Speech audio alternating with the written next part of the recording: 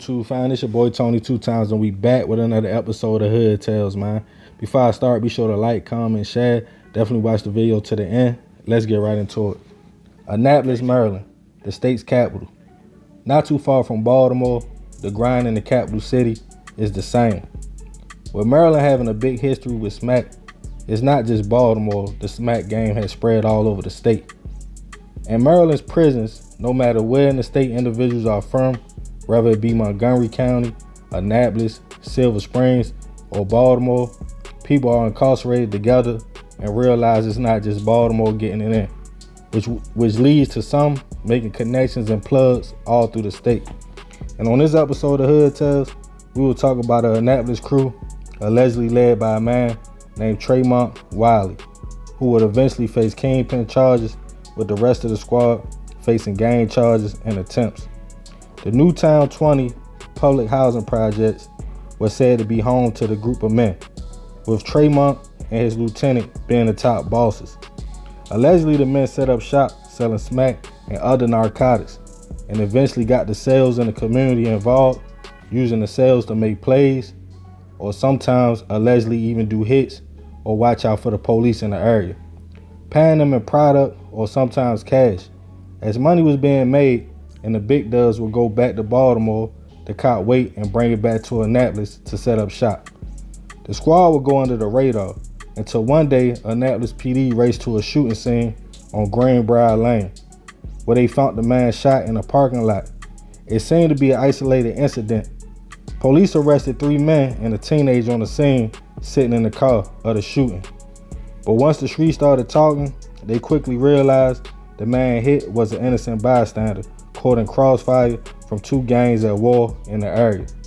Sources allege one of Traymont's homies was killed by a rival a few years earlier, and once the rival was found guilty of the hit, it would start a back and forth war. As time went on, the squad kept trapping in the projects, but now police was watching and getting informants that go buy smack from the group. And allegedly when they tested it, it came back mixed with fent.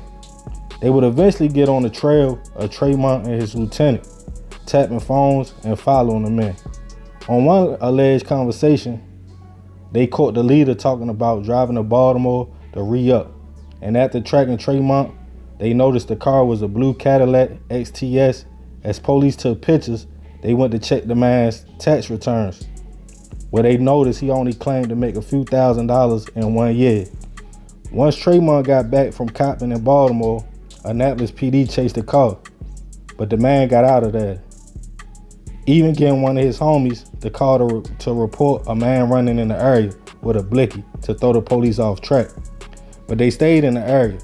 Traymont got away, but allegedly threw the smack out the window, and Annapolis Police recovered about 500 grams. The gang was being linked in multiple shootings in the area at the time and narcotic sales. As some members stated and started getting picked up, the 2 big dogs stayed low but kept their ears to the streets. Allegedly, Traymont and a young lady that he was dealing with, she worked at the sheriff's office and gave him information on indictments and who was talking. And when she saw Traymont was next on the list and the task force would hit the projects he trapped in, she gave him the heads up, and she was later arrested for this.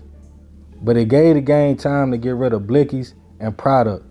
But the informants and wiretaps, it was too late.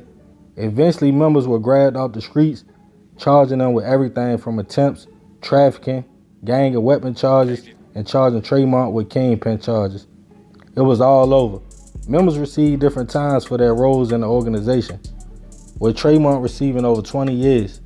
Moral of this story, no matter how much pull and influence you have in the streets, once they start talking and the crew gets hot and names start coming out, eventually they will get something to stick, even if you are extra slick.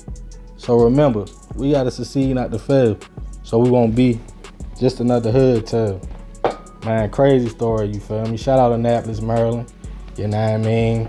I get a lot of video requests from there, not too far from Baltimore.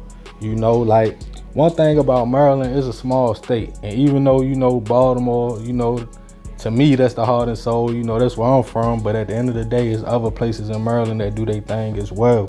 And Annapolis kind of small, you know, that's the state capital, but they got a lot going on. And like I said, they ain't far from Baltimore. So if somebody involved in the smack game or they out here trapping, a lot of times they'll go to the city and get their product and bring it back to their hometown. Or sometimes they might got Baltimore dudes living in their hometown that's really, you know what I mean, pitting them up on game, how to set up things, how to do things, just like the Eastern Shore, just like, you know, Montgomery County, Hagerstown.